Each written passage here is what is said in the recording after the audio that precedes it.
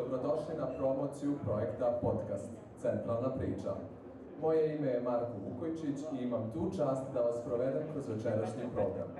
Pre svega bih želeo da vam su ime cijele organizacije zahvalim što ste došli u ovolikom broju i na taj način dali podršku kako nama, tako i talentovanim mladim umetnicima. Samim tim iskoristio bih ovu priliku da se zahvalim i njima što su pristali da svojim radovima uveličaju našu izložbu.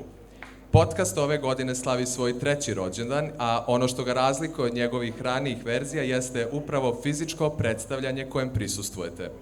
Iako mlad, ovaj projekat je izuzetno perspektivan upravo zato što se oslanja na savremenu formu audio sadržaja koju možete slušati bilo kada i bilo gde.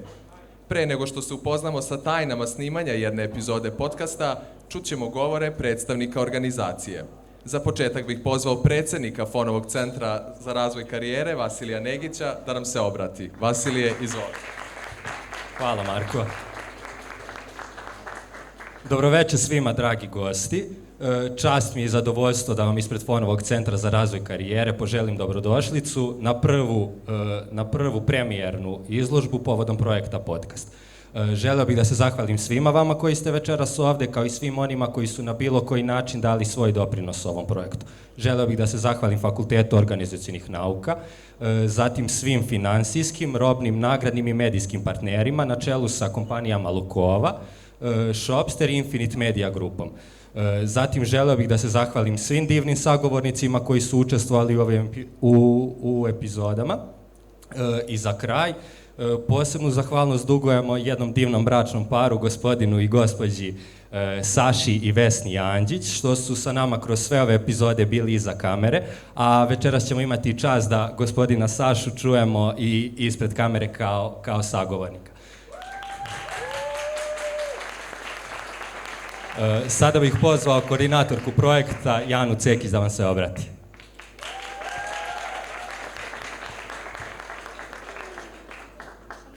Ok, čuje se. Prvo, samo ću reći wow. Ja zaista nisam očekivala da ću vidjeti ovoliko ljudi, tako da pre svega hvala svima vama što ste došli. Zaista mi je velika čast da vas vidim ovde. I ne znam odakle bih počela. Mislim, ja sam veoma spontana osoba, tako da je ovaj govor isto takođe spontan, tako da praštajte. Ali ovaj put od aprila meseca, čak možda i marta, pa evo do sada, je bio turbulentan i bilo je jako puno promena, bilo je jako puno ideja, bilo je puno uspona i padova, ali ja sam mnogo srećna što smo mi izgurali ovaj projekat i ja mislim da mi se svaki cilj koji sam postavila ostvario, a možda čak i nadmašio sva moja očekivanja. I moram da se zahvalim pre svega mojoj organizaciji, to je centru, upravnom odboru koji mi je dao priliku da vodim ovaj projekat, takođe i prošlogodišnjoj generaciji koja je vodila podcast zato što je moja priča počela odatle. Tada su mi dali priliku da vodim epizodu i dalje se sećam koliko sam ja bila nervozna, pogubljena i tada sam prosto zavolela to, iako je bilo strašno, iako sam bez glasa vodila epizodu. I eto, evo me ovde kao koordinator projekta, zajedno sa svima vama ovde. Takođe želim da se zahvalim još jednom svim partnerima i FON-u, to jest Fakultetu organizacionih nauka na podršci, zatim Dorću placu ili ti Kocka baru što nas je ovde primio i po ovoj kiši. I naravno želim da se zahvalim i domaćinima epizoda koji možda nisu u punom sastavu ovde. Dakle, molim vas jedan veliki aplauz za Petra, Jovana, Kaću, Stefanu i Janu.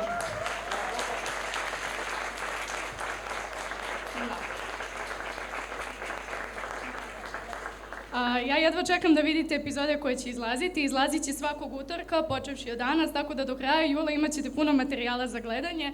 I mislim da, ne što pričam sada iz moje perspektive, ali znam da imamo zaista kvalitetne sagovornike i verujem da ćete uživati u pričama i naučiti nešto novo. Takođe, želim da se zahvalim i svim umetnicima, zato što, kao što vidite, prvi put podcast ima i fizičku komponentu projekta, tako da jedan veliki aplauz za sve vas i za sve vaše radove, jer ovo ne može svako.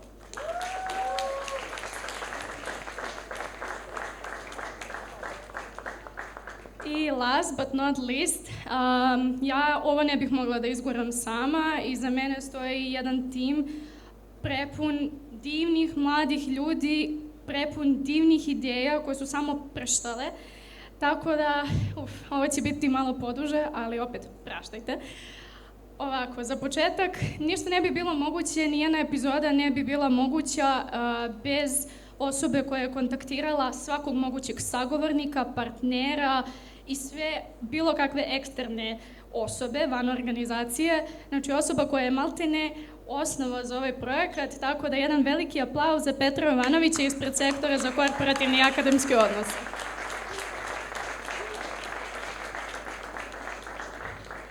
Zatim, kao što vidite, videli ste male pripreme ovog projekta ovde, tako da vidite kako izgleda organizacija ovde, ali opet ne bismo se okupili u ovolikom broju da nije bilo divne Lane Leovac ispred sektora za ljudske resurse i logistiku.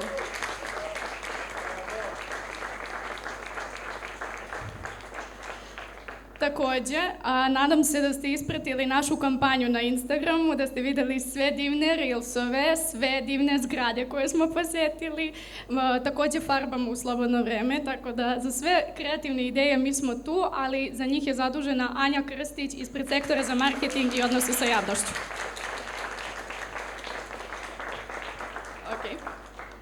Zatim, kao što znate, podcast zahteva dosta i editovanja i objavljivanja na svim mogućim platformama, tako da osoba koja je zadužena za te tehnikalije, koja je definitivno osobina fona kao IT smera, jeste Valerija Tadić, dakle ispred sektora za informacione tehnologije.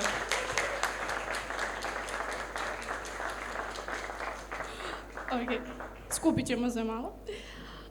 Zatim, videli ste, nadam se, naše logoje, vizuale, dakle ovaj čitav projekat i čitava moja ideja inicijalna je dobila svoju vizualnu opipljivost i autentičnost zahvaljujući Viktoriji Janković ispred sektora za dizajn.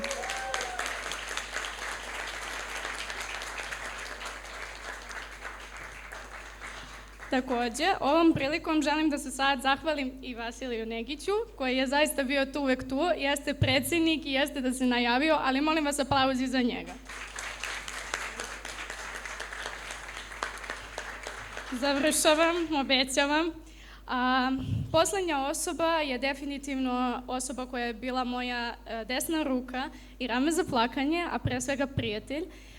I želim da joj se ovim putem zahvalim što je verovala u mene i u sve nas i što je uporedo vodila 2 projekta, ne što ih je vodila, nego što ih je nadgledala, svaku moguću informaciju je morala da proprati, tako da svaka čast za našu potpredsednicu i supervizorku projekta Minu Petrović.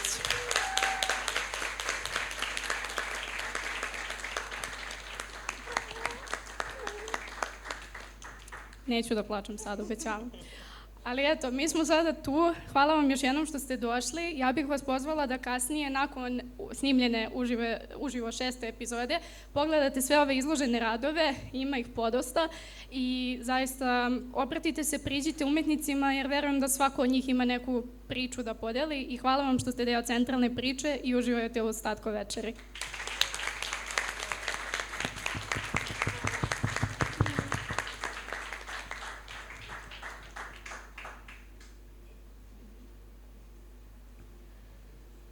Prva stavka na našoj večerašnjoj agendi jeste snimanje podcast epizode uživo. Gost ove epizode je Aleksandar Andžić, poznatiji kao Saša, snimatelj svih naših epizoda. Njegova sagovornica će biti Jana Cekić. Njih dvoje će nam zajedničkim snagama pomoći da razumemo kako izgleda sam proces snimanja jedne epizode i na koje se sve poteškoće tom prilikom može naići. Nadam se da ćete uživati. Saša i Jano, izvolite.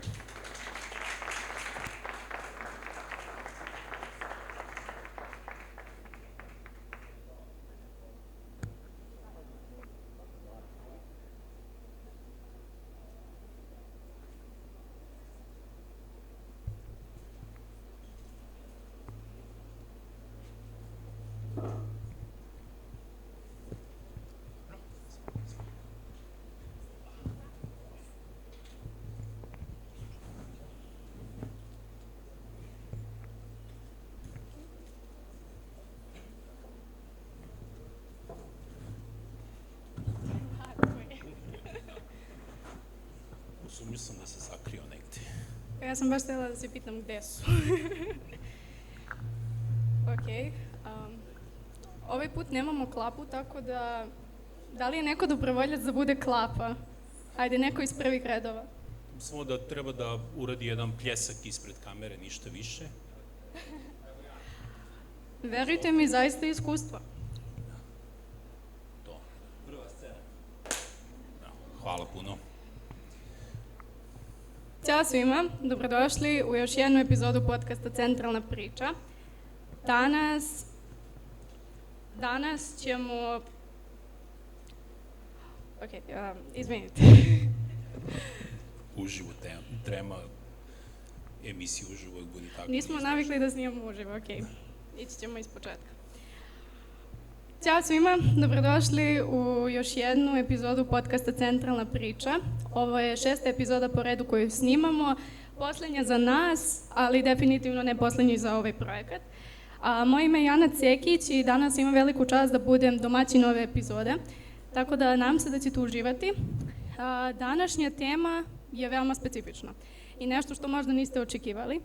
Pre svega, evo sada ste vi tu sa nama i imate priliku da nas gledate i da vidite kako zapravo izgleda snimanje podcasta, jer svi znamo da podcast se zapravo snima u maloj prostoriji i da je tu minimum broj ljudi, s razlogom da to bude što komfornije i da bude jednostavno tok razgovora što prirodniji. Tako da ukoliko ste nasjeli na moju glumu na početku, to je zaista znači da mogu da idem za Oskara, pošto eto, to je bio jedan primer da se non stop greši, da smo mi na snimanjima imali grešaka, da je bilo ponavljanja, bilo je dosta seckanja prilikom montaže i tako dalje, tako da snimanja možda ne traju 45 minuta kao što smo zamislili, možda traju 3 sata, ali nije to toliko jednostavno kao što izgleda. Tako da ajde sad zvanično da započnemo ovu epizodu kako treba. Pre svega dobar dan još jednom. Ovom prilikom želimo da se zahvalimo svim partnerima koji su podržali ovaj projekat, kao i prostoru Koska baru što nam je omogućio da snimamo ovdje. Danas imam jednog veoma specijalnog gosta, kog sam malo pre zaboravila da pomenem, najviše iz razloga što sam želela da imam posebnu najavu za njega. Meni je bila ogromna čast da radim sa jednim divnim čovekom, koji nam je postao definitivno prijatelj kroz čitava snimanja. 5 epizoda za snimiti nije malo, 5 epizoda izmontirati, to je pa tek dosta posla. Tako da smo mi za ovaj koncept epizode odlučili da se zaista na neki način zahvalimo čoveku koji je odradio ogroman deo posla i koji je svaku našu ideju uspeo da pretvori u nešto stvarno. Danas sa mnom je ovdje jeste Aleksandar Andžić, poznati kao Saša ili Sale. Dobro večer svima. Prvo da se zahvalim mladoj ekipi koja mi je ukazala puno poverenja u ovoj sedoj glavi i sedoj bradi da bude deo njihovog tima. Čovjek je mlad onoliko koliko je mlado njegovo društvo, tako da ste me malo podmladili, moram da priznam. I hvala vam na tome. Hvala vama. Za početak evo jedna kratka najava, tako da Sale, ako ja pogrešim, slobodno me ispravite. Point ove epizode je da bude što spontanije, tako da ako bude grešaka, pa desilo se, nastavljamo dalje. Vi ste počeli svoju karijeru, vi ste tehnički foto-video reporter, počeli ste svoju ranu karijeru u Večernjim novostima, zatim ste bili i u Blicu i u Danasu, ako se tako kaže, da. I također ste bili u Vremenu, to jest u nedeljniku Vreme i tu ste bili zapravo urednik fotografije nekih 7 godina i više. Tako je, znači 7 godina kao fotoreporter i 7 godina kao urednik fotografije. Znači, ukupno 14 godina u nedeljniku Vreme. Da. I ono što bih ja voljela da istaknem, što mi je dosta privuklo pažnju kada smo pričali, a vi ste takođe učestvovali na jednom, pretpostavljam, evropskom projektu koji se zove Europa Art Train. I nakon toga ste se vratili, radili ste silne te poslove, menjali ste pozicije, napredovali ste i evo sada radite kao fotoreporter, ali individualno. I takođe ste jedan deo života proveli u Solunu, u Grčkoj. I na moje pitanje šta vas je vratilo nazad u Srbiju, vi ste rekli pa zaljubio sam se, našao sam pravu ljubav i eto, vratili ste se, započeli porodicu, tako da mogu da kažem, žena vam je stvarno mnogo divna. Da, pa ljubav definitivno čini najveće promene u čoveku, tako da našao sam srodnu dušu koja je takođe fotoreporter i jednostavno započeli smo jednu zajedničku karijeru, iako smo nas dvoje realno diametralno suprotni fotografi, znači mi smo potpuno različiti fotografi.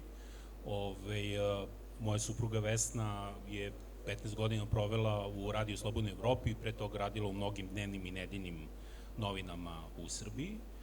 Nažalost, večeras nije sa nama, ali imala je žarku želju da se pridruži, ali druge obaveze se omele u celoj ovoj priči. Da, definitivno put fotoreportera nije toliko lagan. Imao sam sreće da susrećem veoma interesantne ljude u celoj ovoj priči i bilo je mnogo zanimljivije i neke teškoće su u stvari prolazile mnogo lakše nego što sam ja mislio da će proći. Verujem, pa mislim, zaista smo puno pričali tokom snimanja, imala sam prilike da vidim da zaista znate dosta tema i da ste svestrani i da želite da se informišete u različitim sferama, tako da ćemo o tome pričati malo kasnije, nećemo sve spojlovati odmah. Za početak, eto, pomenuli ste svoj posao, evo vi ste se za vikend uputili na Taru, imali ste i tamo neka poslovna snimanja, došli ste u nedelju, ponedeljak pretpostavljam opet neki haos i evo sada ste ovde sa nama, pa kako izdržavate, da li ste umorni i kako balansirate posao i privatne obaveze? Negde je sreća u celoj ovoj priči fotoreportera, videografa u tome što ti realno nemaš posao od 9 do 5. To je možda negde sreća, možda i nesreća. Samo je pitanje da li ti želiš da se prilagodiš tome i da li ti taj sistem života, taj lifestyle odgovara. Ono što jeste lepo, imam sad trenutno uvijek najavljena snimanja. Znači, prošla su ta vremena kada je bilo, kao sledećih 15 minuta traži se pojaviš negde. Ne, toga više nema. Obično se snimane najavljuju 5, 6, 10 dana unapred i onda možeš imati dovoljno vremena da se organizuješ. Naravno, dešava se da se preklopi, ali kao što pomenuh na početku, oženjen sam fotografom, tako da kad ja ne mogu, onda gospođa Vesna ode i završi posao. Tako da, realno, nije toliko teško. Mnogo je lakše kada imaš dve osobe koje se bave istim poslom i negde to naše razumevanje i timski rad se i vidi na samom snimanju, što je veoma bitno. Znamo da uskočimo jedan drugome u posao da pomognemo, što je da asistiramo jedan drugome, da li u pitanju zvuk, da li u pitanju kamera, da li u pitanju fotografija, da li u pitanju postavljanje rasvete, organizacija oko rada sa modelima, sa ljudima sa kojima razgovaramo i tako dalje. Tako da, realno je mnogo lakše kada svoj posao podelite sa nekim. Ja sam zaista imao sreće da nađem osobu sa kojom to mogu da podelim i mislim da je tu u stvari tajna celog uspeha. Mislim, kad dvoje podeli posao, onda je i gajanje troje dece mnogo, mnogo lakše. Ja verujem. A sada, setimo se toga da smo mi za sva snimanja bili iza kamere. Dakle, niko nas neće od vas videti kasnije na ekranima. Evo, vi ste sada ispred objektiva. Da, jesam, nažalost. Na sreću, ili nažalost? Pa mi kažite, kako se sada osjećate? Da li postoji neka trema? Da li ste možda navikli na to? Ili da li i dalje stojite iza toga? Ili možda to bolje da vas pitam na kraju? Da li stojite iza toga da je bolje biti iza kamere? Da sam želeo da budem ispred kamere, ja bi najverovatnije bio ispred, mnogo više, ali sama činjenica da u stvari želiš da budeš neko ko će zabeležiti protok vremena koji se dešava ispred tebe, da uhvatiš moment, jeli, u stvari me nateralo da budem iza kamere. Mislim, definitivno, ja sam počeo da se bavim fotografijom zahvaljujući slikarstvu. Ja sam iz neke slikarske potrebe i te potrebe da dočaram okolinu oko sebe što realističnije, ušao u fotografiju, a onda na kraju pre 12 godina počeo da se bavim i videom. Definitivno sam negde uvek bežao iza kamere, ali mi neki javni nastup nije toliko predstavljao problem. Kad radiš kao predavač sa studentima, onda je to mnogo lakše. Kad nekom budeš instruktor u fotografiji, u videoprodukciji, onda je to olakšavajuća okolnost i negde se pripremiš za ovakve momente. Tako da mi nije toliko strašno, imao sam tremu, ne mogu da ne kažem da nisam, ali biti ispred kamere nije tako loše. Realno. Jednom nikad. Pa jednom u par meseci, godina, bolje, da. Pa tad se najbolje zasija, pretpostavljam. Pa trudiš se, ali zapetljaš se neki put. A da li je stresno raditi iza kamere? Iza fotoaparata, videokamere? Ipak svesna sam toga da, mislim, ja pričam iz perspektive fotografa takođe. Verujem da vidite toliko lepih stvari na drugačiji način, neki svojstven, ali opet sigurno da nije lako, pogotovo pošto ste vi radili u različitim medijima, da nije uvek sve tako sjajno i bajno. Pa da li je stresno? Definitivno je mnogo veći stres raditi iza videokamere nego iza fotoaparata. Iz kog razloga? Iz razloga što vi kao fotoreporter, vama je dovoljan 125 deo sekunde da uhvatite moment. Znači imate taj jedan treptaj oka, koji ćete zamrznuti. Imate svo vreme ovoga sveta da namestite kadar, da vizualizujete ono što želite da napravite i u pravom momentu kada emocija najjača, u stvari stisnete okidač i napravite fotografiju. To je u stvari ono što Henri Cartier-Bresson je govorio, fotografija se pravi mozgom, okom i srcem. To su u stvari 3 elementa koje moramo da spojimo. Zašto mozgom? Zato što negde napravimo vizualizaciju te fotografije, šta želimo da napravimo, onda okom kadriramo to što želimo i onda kad je najjača emocija, kad je osetimo, napravimo fotografiju. To je ono što u stvari treba publici preneti. Sad, kod videa je malo drugačija i komplikovanija stvar, zato što tu imamo još 2 elementa. Još jedan element koji je veoma bitan, to je zvuk, i drugi element koji je isto izuzetno bitan, a to je protok ispred tebe. Šta se to dešava ispred tebe i iza tebe, takozvani mizansen. I tu je neke stvari možeš da iskontrolišeš kad radimo podcast i tako te stvari, ali kad radiš neke stvari uživo, videli ste u ostalom toliko toga se desilo da u emisiji uživo neko iza pravi neke dogodovštine koje ne bi trebao da radi. Tako da u realnom životu video je mnogo stresniji, pogotovo ako ste running gun, što mi kažemo, jedan čovek koji će da vodi računa i o svetlu, i o kameri, i o zvuku, ali to je današnja tehnologija, znači to je ono što se danas traži. Znači vi u stvari za svaki medij danas vam je potreban running gun, znači čovek koji može samostalno da izađe na ulicu, da pripremi prilog, da ga izmontira i da ga pošalje u redakciju. Znači to je ono nešto što u zadnjih 15 godina je postalo veoma bitno, a to nam je u stvari donala digitalizacija, znači mnogo lakši pristup informaciji i digitalizacija, ništa više. Danas svako ko ima mobilni telefon može da bude i fotoreporter i videograf i da napravi izuzetne snimke ako ima dobru ideju. Apsolutno se slažem. Baš smo prošle godine u epizodi koju sam ja vodila pričali o fotografiji, kako je digitalizacija pokrenula ne nužno nešto loše, zato što se fotografija rasprostranila, nego upravo suprotno. Dopustila nam je na neki način da vidimo različite perspektive iz više uglova. Sada kada smo kod toga, da li je fotografija ili generalno snimanje, šta god, da li je to rutinski posao? Jer to, mislim, znamo kako je bilo na snimanjima. Dođeš, namestiš kameru, proveriš mikrofone, svetlo i tako dalje, ali da li biste vi opisali kao svoj posao kao neki rutinski ili možda više kreativni? Pa, rutina u celom tom poslu jeste u tome koliko poznajete kameru i koliko poznajete rasvetu, a ona varijabila koja se u stvari javlja u celoj ovoj priči, to je subjekat koga fotografišete i prostor u kome fotografišete ili snimate.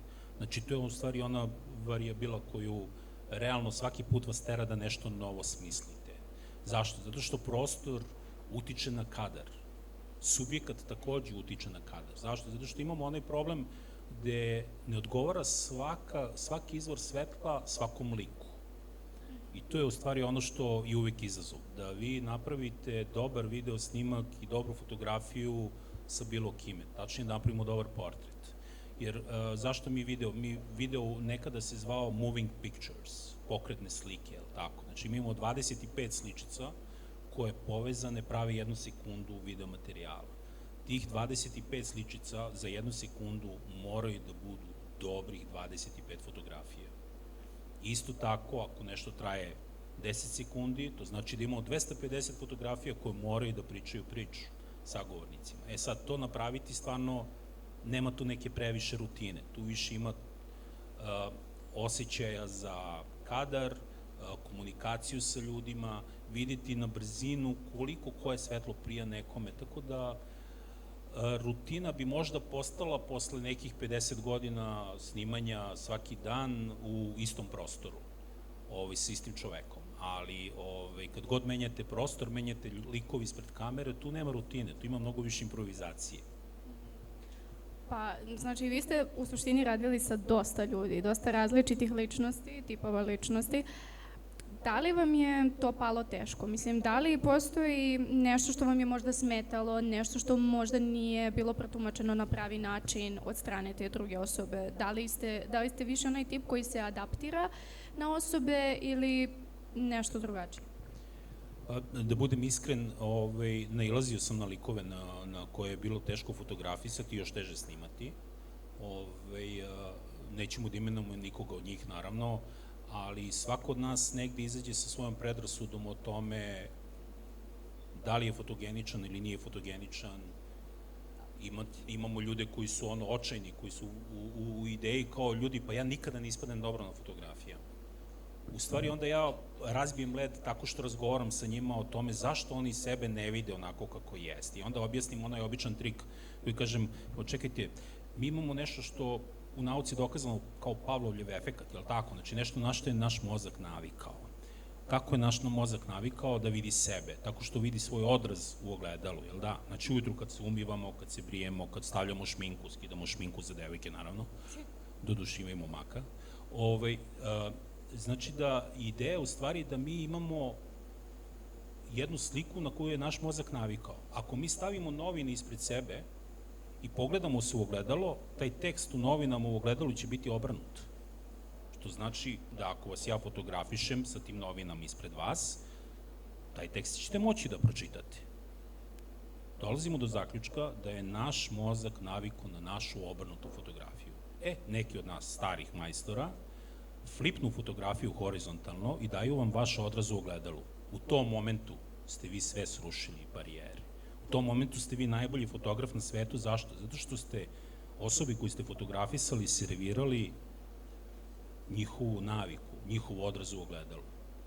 I onda postajete najbolji fotograf. Tako da, realno to je nešto sa čime ja probijem led, jednostavno objasnimo da je to samo stvar psihologije, da je samo do onog čoveka koji je iza kamere i onog momka koji će postaviti rasvetu, da li će taj glumac, glumica, pisac, političar izgledati dobro na tim fotografijama ili na video snimku. Pa da li biste vi onda rekli da je fotogeničnost relativna? Da li postoji neka definicija lepote u tom smislu? Ja, na primjer, svojim klijentima kažem, iako se često oni izraze kao ja nisam fotogeničan, fotogenična, ja verujem da svako ima nešto lepo na sebi da pokaže, samo je svrha fotografa na neki način da to i sazna. Da li biste se složili sa mnom ili možda? Apsolutno se slažem sa tobom, Jano. Fotografi su tu da ono što je lepo i karakterna crta te osobe istaknu, a da ono što nije toliko lepo stave u senku. Znači da sakrijemo, je li tako? Tako je u stvari cela ideja. Znači postavkom svetla vi ističete atribute koji trebaju da se vide na tom portretu, a senkom krijete ono što je anomalija, što ne treba da se vidi i tako dalje. Znači to je jednostavan trik koji ćemo vidjeti kroz celu istoriju umetnosti. Znači vidjet ćemo na starim slikama od Rembrandta pa nadalje kako smo uz pomoć svetla i tame definisali nečiju lepotu ili suprotno od toga. Drago mi je da sam u pravu. Sad, vratila bi se na prethodnu stvar koju ste rekli, pomenuli ste ogledalo, pa me to podsjetilo na jednu scenu sa našeg snimanja gde smo tražili ogledalo, to je tačnije staklo, da bismo napravili, da kažemo, reel snimak za Instagram i tražili smo ga, našli smo staklo na kraju. Nebitno, moja poenta jeste da me ovo podsjetilo zapravo na te kreativne ideje i na ludorije i ono što se meni kod vas mnogo sviđa jeste što ste vi tada kada smo vas mi zamolili da nam pomognete rekli samo da ideja postoji, ja želim da pomognem jer ja verujem u kreativne ideje. To je nešto što mi i dalje ostalo u mozgu i mislim da će mi ostati do kraja života. Pa pre nego što vam dam reč, evo još jedna kreativna ideja koju smo zapravo smislili.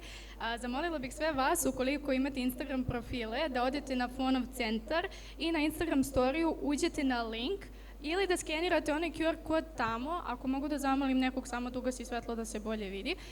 Tu imate mogućnost da pitate Sašu neka pitanja, ja ću ta pitanja posle pogledati i slobodno interagujte, lajkujte pitanja koje vam se najviše sviđaju, imaćemo na kraju vremena samo za par, nažalost, ali svakako pitajte sve što vas interesuje, tako da spremite se za kraj. Eto, to je jedna novina koju smo uveli, a sada se vratim na svoje pitanje, to jeste ta kreativnost.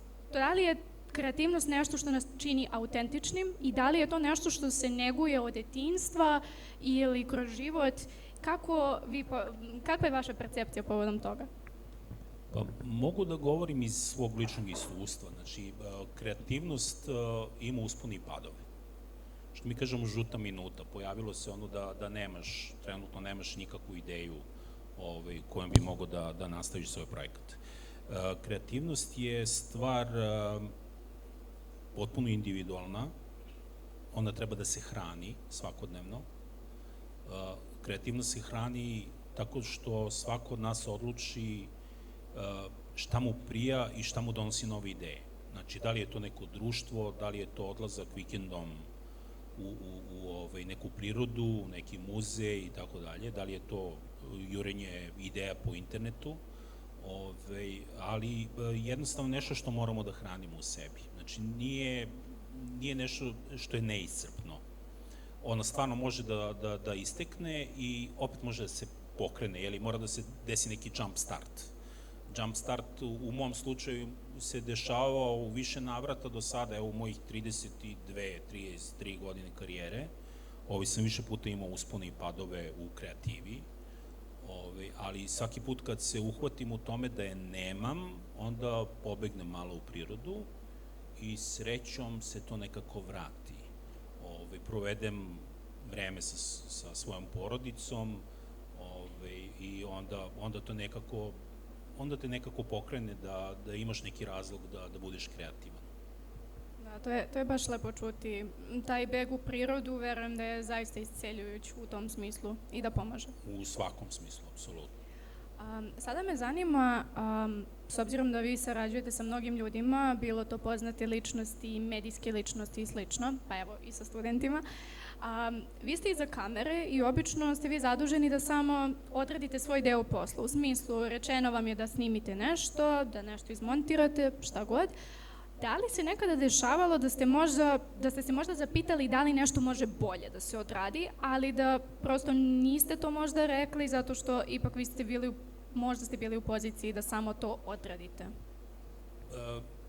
Da budem iskren, ja sam onaj teški fotograf i teški videograf koji uvek želi da izgura neku svoju ideju, tako da pomeranje nameštaja u nečim kancelarijama, predsjedništva, vlade Srbije i tako dalje je normalna stvar, iako su obezbeđeni ljuti zbog toga, ali da bismo dobili dobar kadar, neki put moramo pomerimo nameštaj.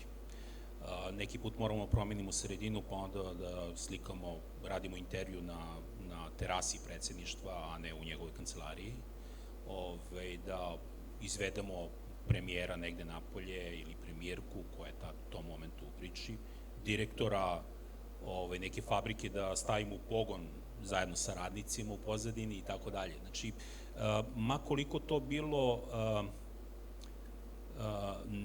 nekima nepotrebno, kao pa treba nam samo njegova fotografija ili samo kratka izjava, zašto to ne bismo začinili malo, napravili neki dobar mizansen iza, učiniti taj korak više da bi vaš lični pečat kao kreativca bio vizuelno prisutan. To je u stvari najbitnija ideja. Znači da svaki put, naravno to ćete uraditi na lep način, nećete to reći, mora ovako, ne, predložit ćete.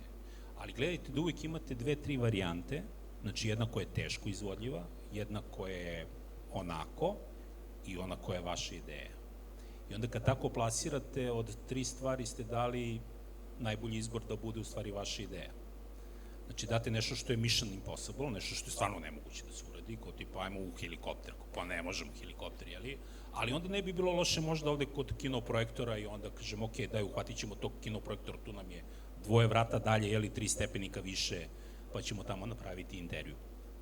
Tako da, u stvari, ideja jeste da odete svaki put pripremljeni na svoj posao. Znači, da li je to snimanje, da li je to neki, neka kancelarija u kojoj se bavite IT-em, veoma je bitno da u stvari odete pripremljeni i orni za svoj posao, jer bez te ideje da hoću nešto danas da promenim na mikronivou, nećemo nikad ništa promeniti, mi ćemo biti prosečni, bit ćemo niko ko iskače iz mase, a danas, u zadnjih 20 godina se traži da štrčite iz mase i apsolutno se podržava da štrčite iz mase, da budete svoji, ili to kaže u onom filmu, biti svoji i delovati iz sebe, što jeste realno tako, treba stvarno biti svoj. Znači, makoliko neki put vam rekli da je nešto nemoguće da se uradi, drznite se uraditi.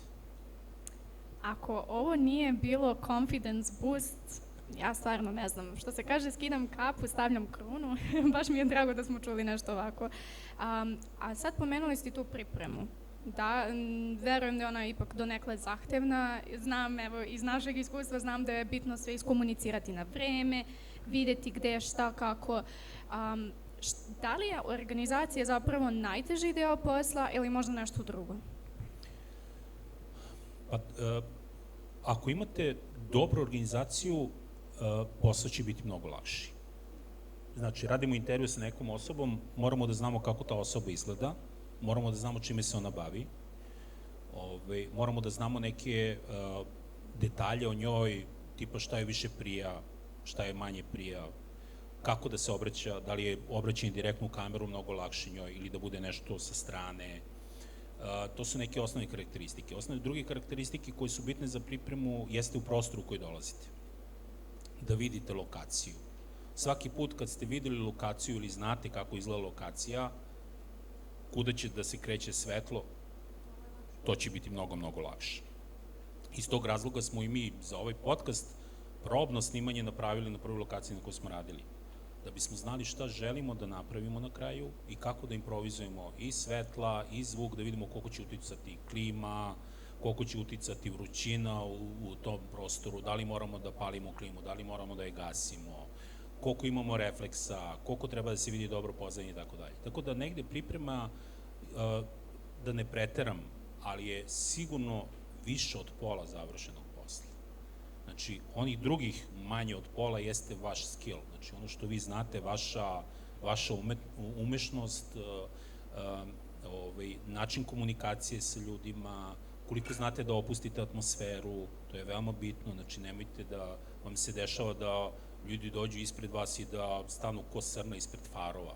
Ne, trebate da opustite ljude, da im bude malo lakše, da to prihvate kao jednu normalnu stvar, jeli, da ne budu u ubeđenju kao Indijanci što su bili u ubeđenju da ćemo im uzeti deo duše, je li tako?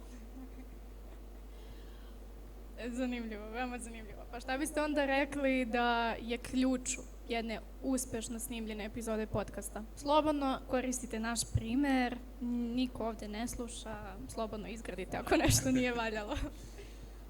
Definitivno je bitna priprema. Znači to, dogovor sa sagovornikom, veoma bitan, znači da se znaju pitanja, da sagovornik bude pripremljen sa pitanjima, to je broj 1, da zna neki timeline, da zna koliko vremena imamo za podcast, to je isto veoma bitna stavka. Naravno, desit će se da neki put iskočimo, ali tu je voditelj da usmeri dalje, jeli. Imamo i kolege koji su sagovornici, koji su, da kažemo, blagoglagoljivi, jeli, da vole da pričaju, da razvuku malo više, ali tu je voditelj da ih usmeri. Ono što je bitno da se oprema dobro proveri, da znate da uvijek sve funkcioniše kako treba, da uvijek imate backup, znači ako imamo jedan snimač zvuka, da imamo još jedan eksterni slučajno u torbi za ne daj Bože, ili ako treba mobilni telefon, da se snimi mobilnom telefonom zvuk. Ako neka kamera otkaže, da opet imamo ili neku drugu kameru u blizini, ili da imamo opet mobilni telefon koji to može da završi. Današnji mobilni telefoni sve do jednog, ja mislim da snimaju sad 4K u 25 ili 50 frame-ova. Tako da realno je bitno da na kraju imate dobru sliku. Da li ćemo je napraviti sa mobilnim telefonom ili ćemo je napraviti sa kamerom od 5000 eura ili od 550 eura, potpuno je nebitno. Bitno da je dobra atmosfera, da je svetlo dobro postavljeno i da je iskren razgovor sa ljudima sa kojim razgovarate, jer bez te neke iskrenosti niko sa ove druge strane vam se neće otvoriti. Znači, ako vi prvi pokažete taj korak iskrenosti, onda će i sagovorniku biti mnogo lakše da se otvori i da razgovara sa vama. Iskrena sam, Sale, iskrena. Sve, evo i ja, s ove strane isto. Pa eto, vi ste sad svih 5 epizoda, evo sad i 6. Zvanično proveli sa nama iza kamere i oslušali ste čitav materijal i trenutno editujemo sve, finiširamo za sve epizode. Pa šta biste onda rekli, evo, svim ljudima ovdje koji su došli sada, a i ljudima koji će nas možda slušati, kako biste ih primamili da slušaju baš naš podcast? Šta je ono što je vama privuklo pažnju, što mislite da je možda za nas autentično, na primjer? Prvo i osnovno, mi se sviđa to što niste sa jedne klase, što ste iz različitih grupa, što je veoma bitno, i što sam video dobar timski rad. To mi je baš onako ispunilo. Mislio sam da će tu biti kakofonije neviđene, ali iskreno sve funkcionisalo kako treba. Znači, ja pošaljem poruku sa pitanjem, u roku od 10, maksimum 12 minuta sam dobio odgovor. Ako predložim nešto, bude reakcija isto izuzetno brzo.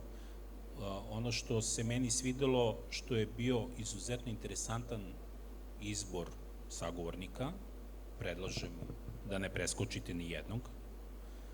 Naći ćete dosta tu iskrenih i lepih priča. Ono što je bitno, što su povezane sa karijernim centrom FON-a. Meni je to bitno zato što svako od sagovornika je govorio o svojoj karijeri iz neke svoje perspektive, iskreno, precizno, bez neke stanke i sakrivanja delova svoje istorije, tako da mislim da je to preporuka za sve vas. Znam da je uvek teško učiti na tuđim greškama, ali poslušajte, možda će nekome pomoći. Ako me nešto rasplaši, definitivno će biti ovo sada. Hvala na divnim rečima. Eto, nadamo se da će ljudi zapravo i poslušati. Znam da je spam koncentracije dosta nizak za posljednje generacije, meni takođe, ali verujem da svako od vas ima 45 do sat vremena svog života da izdvoji i da odsluša naše epizode. Ovo nije nikakav promo, ali zaista napomenula sam i malo pre da smo se zaista trudili da okupimo kvalitetne ljude i da epizode povežemo u neku celinu, dakle da to ima smisla, da ne budu samo razbacane, što bi se reklo, random teme, tako da molim vas, podržite nas i evo to što je Stale rekao, nadam se da će vas barem neka priča inspirisati. A kada smo kod priča, vi ste iz Beograda, je li tako? Vi ste poreklom odavde. Verujem da ste bili svedok mnogih dešavanja. Prvi događaj, otvaranje izložbi, pozorišta i tako dalje, ali eto za nas koji nismo iz Beograda ili možda i za ljude koji jesu odavde, da li postoji neka priča koju biste izdvojili? Znam da je teško pitanje, ali da li nešto što vam prvo pada na pamet želite da podelite sa nama kada je u pitanju Beograd i njegova neka centralna priča? Centralna priča Beograda. Take your time. Da, centralna priča Beograda, pa izuzetno teška, zato što je Beograd toliko raznovrstan, toliko toga može da ponudi i nudi i dalje. Ja znam kad sam ja odrastao da moji studentski dani su prolazili na žurkama u akademiji i techno rave partijima na platovu, jeli? Naravno, odlazilo se u Mašinac, pogotovo na Maskenbal. Pa ne znam, mislim da realno Beograd ima mnogo više veze sa životom studenta nego starih Beograđana. Zašto? Zato što ova količina univerziteta i fakulteta koja se nalazi u Beogradu stvarno omogućuje da Beograd postane mlađi grad nego što je bio. budimo realni da masa ljudi koja dođu u neke određene godine malo lagano pobegnu iz Beograda i im je mnogo buka, ali zaboravljaju da su i oni tu buku pravili kad su bili mladi. Tako da definitivno dajem prednost današnjem Beogradu koji i dalje ima i lepe žurke i uživanje mladih. Žao mi je što nemamo malo više nekih kulturnih dešavanja poput pozorišnih predstava, više bioskopskih sala. Nažalost, bioskopi koji su nekada postali više danas ne postoje, a bili su ozbiljno stecište mladih, ozbiljna razmena iskustava mladih. Drago mi je što, na primjer, imamo Bell Dogs i dalje, što je jedna od dobrih stvari, što sutra uveče, čini mi se, u Kulturnom centru grada Beograda će biti prikazivan kratki filmovi studenta raznih fakulteta u Beogradu. Tako da, Beograd ima nešto što je interesantno. Prošlosti je to bio Duško Radović i njegovo Dobro jutro Beograde, a danas ste to vi, mladi, koji trebate da modifikujete ovaj grad da izgleda što bolje, da njegovu ubrzanost možda još malo ubrzate. Naravno, molim vas, poradite nešto i na gradskom saobraćajnom. Molim vas. Da mogu lakše da stignemo u grad, pošto sad trenutno živim u Zemunu. Tako da, mislim da, definitivno prednost Beograda jeste vi, mladi, ništa drugo. Veoma lepo, veoma divno. Sada bih se osvrnula na pitanja koje su nam stigla od publike. Imamo ih zapravo dosta. Nažalost, ne možemo preći sve. Koliko god možemo završiti. Da, ali uzet ću ona pitanja koje su najpopularnija, pošto su ti ljudi imali mogućnost da odaberu. Za početak, da li postoji neko ili nešto što biste voljeli da fotografišete, snimate? Ajde da kažemo primer osobe. Nažalost, ta osoba nije više među živima. U pitanju je Charles Bukowski. To je moj klinački san da fotografišem Charlesa Bukowskog. Nažalost, preminuo je davno i moj san se nije ostvario, tako da, eto, to je negde mi je ostalo krivo što njegov portret nisam napravio. Nisam imao prilike napraviti njegov portret. Divan izbor. Da li možete da podelite neku anegdotu ili zanimljivost sa seta? Sad, ja ne znam da li se ovo pitanje odnosilo sa našeg seta ili sa nekog seta koji ste vi radili, tako da slobodno pustite mašti na volju šta god vi odabrali, čućemo. Anegdota da bude smešna, da bude zanimljiva, bilo ih je mnogo, zaista, ali ne znam, možda je to pre priprema jednog snimanja, odlazak na snimanje i odlazimo na snimanje, zaustavljamo se u jednom restoranu na Ibarskoj magistrali, vreme božićnog posta, ja u tom momentu kao držim post i kažem, čovek dolazi konobar i kaže, molim vas, kao šta biste želeli da jedete? Moje kolege koje putuju sa mnom kažu, dajte nam, molim vas, kilogram jagnjičeg pečenja i kilogram prasićeg pečenja, neku kupu salatu i dajte nam po neku, mislim da je bila čaša vina u pitanju. A vidi, molim te, momak posti, pa ako ima nešto za njega. Naravno, konobar onako sav divan i učtiv, priđe meni i kaže, gospodine, za vas možemo od buta, nije nikakav problem, nije uopšte masno. Tako da, eto, to je neka anegdota koju bi mogo da ispričam, a nije vezana baš za snimanje, jer putujemo na snimanje.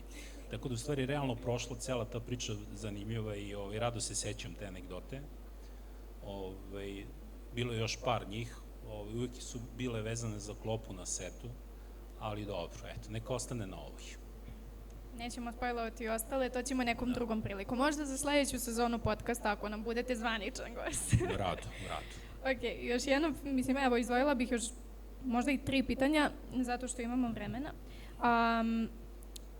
Da li kvalitet slike više zavisi od osobe ispred ili iza kamere? Pretpostavljam da se ovo odnosi na ono pitanje koje smo malo prepričali o fotogeničnosti i o veštinama fotografa, pa what's the secret? Da, veoma je bitna osoba iza kamere, zato što ona drži uzde, sa sobom i upravlja čeze ka pravom putu. Ako ste ozbiljan fotograf i želite da napravite dobru fotografiju, nebitno je s kojim alatom radite.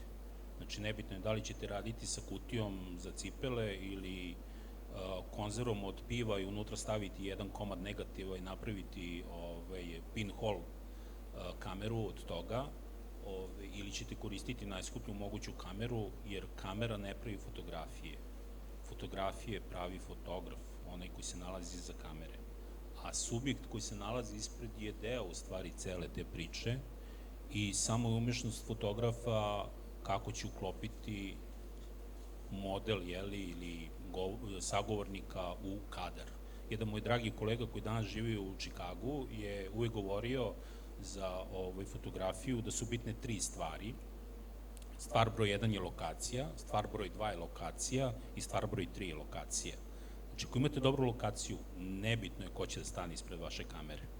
Zato što je vama najbitnije da uklopite tu osobu u tu lokaciju i imaćete odličnu fotografiju.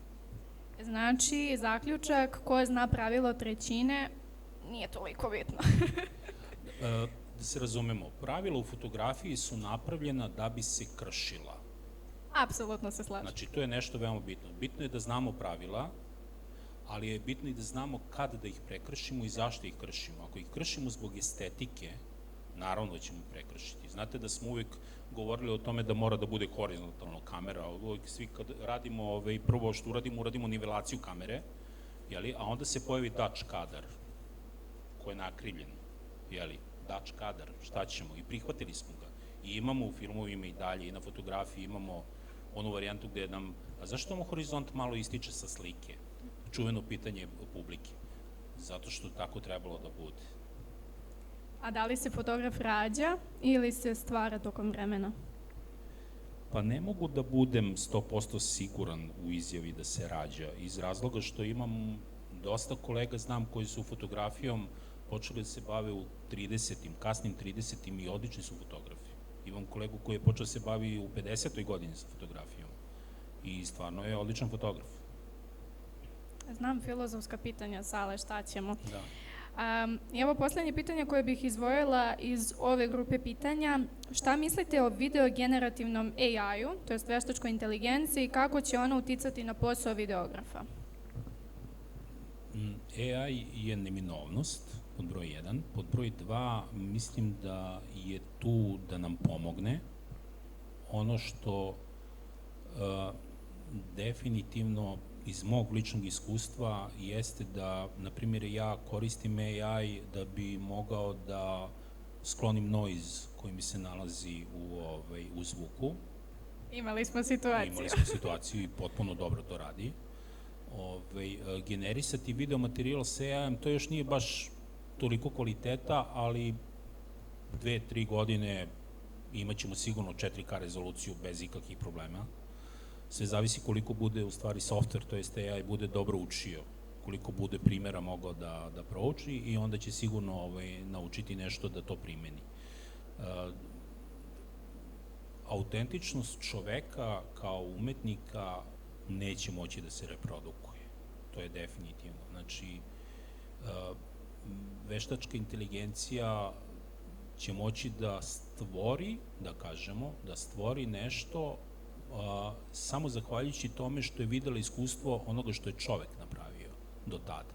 Znači, gledajući slike i fotografije ljudi, koji su nešto fotografisali, on će uspeti da generiše nešto drugačije. Ali će opet negde osnova u cemu tome biti neka fotografija koju neki drugi čovjek napravio. Da li će to biti negde samo oči, da li će to negde biti nečiji nos, nečiji usne i tako dalje, ali opet je čovek u toj osnovi. Znači, moralo bi da prođe dosta vode Savom i Dunavom da bi toliko materijala bilo napravljeno da možemo da kažemo, eto, AI je stvorio nešto samostalno, bez ičijeg prompta, jer mi dan danas moramo da ukucamo neki prompt, neki tekst, iz kog će onda generiše nešto. Sad, on će nam uvijek dati neke 2-3 solucije, koje kao, eto, odgovaraju tom tekstu koji smo ukucali. Mislim da smo još daleko od samosvesnosti AI-a da sam kreira. Pa, znači, na kraju sve se svodi na nas, ipak i na naše delovanje, naše cimanje, da kažemo. Pa Pa bih ja sročila svoje posljednje pitanje, ono klasično, koju biste reč podrške ili motivacije rekli svima nama na osnovu vašeg iskustva i dosadašnjih saznanja i uspomena? Jurite za svojim snovima. Nemojte da vas niko sprečava da ih ostvarite. To je u stvari ideja. Definitivno, makoliko to banalno i zvučalo, nebo je granica. Pa nije, ljudi, planiramo put na Mars. Tako da, zašto da ne? Znači, ne postoji granice. Realno, ono što naš mozak zamisli, očigledno da čovek može i da napravi. Ako je davno u nekom tamo prošlim vremenima čovek razmišljao o tome da otputuje na mesec i želao da otputuje na mesec, eto, sredinom prošlog veka se to i desilo. Ako je želao da dobije krila, jer to imamo u priči o Ikaru, još odavno, evo čovjek danas leti. Znači, leti zmajem, leti avionom, leti mlaznjacima, leti balonima. Znači, nemojte misliti da će nešto materijalno da predstavlja problem. Sve što je materijalno možemo da zaobiđemo, da napravimo, da iskoristimo tu nepriliku. Jedini problem našeg napretka možemo da budemo mi sami, tako što ćemo sebi postaviti granicu. Ne postavljajte sebi granice, budite otvorenog uma i gurajte napred. Osvrnite se neki put na prošlost da vidite samo koliko ste daleko dogurali danas. Ni zbog čega drugog. Ja sam se naježila, ne znam za vas. Hvala Sale, stvarno ne znam šta bih drugo rekla osim samo hvala. Ja sam mnogo srećna što sam ja ovaj razgovor baš sa tobom obavila. I evo sad sam prešla na ti najviše zato što je to kraj epizode, kraj svih naših snimanja i mogu da kažem da je naša organizacija definitivno dobila jednog vernog prijatelja. Tako da hvala još jednom i molim vas veliki aplauz za Sašu. A sada...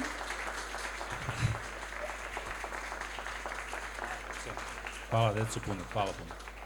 Rekla sam sebi da neću pričati sada, ali uvek postoji reč koja se ponavlja, tako da sada da odjavimo ovu epizodu. Hvala vam što ste slušali našu posljednju epizodu ove sezone. Nadamo se da ste uživali i u svim prethodnim i evo pozivamo vas ovom prilikom ako niste odgledati sve prethodne epizode do sada. A sada bih pozvala moj core tim da dođe. Jeste da malo kaskamo sa agendom, ali možemo to ispraviti. Tako da ćemo sada odbrojavati do zvanične premijere prve epizode koja će sad za minut, tačnije se objavila, nema veze, mi ćemo svakako ponoviti odbrojavanje. Prisutna je na YouTube-u, tako da možete odgledati već večeras i sutra, tako da aplauzi za sve vas i za čitavu ekipu. Sale, hoćete i vi sa nama? Da, rado. Dođite slobodno. Ne ujedam. Ovo će biti kao za Novu godinu, ali ajde, nema veze. Da, pa samo. 10, ajmo svi. 9, 8, 7, 6, 5, 4, 3, 2, 1!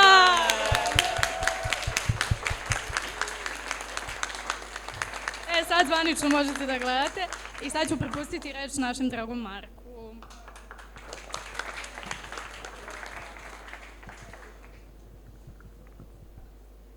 Hvala Saši i Ani na inspirativnom razgovoru.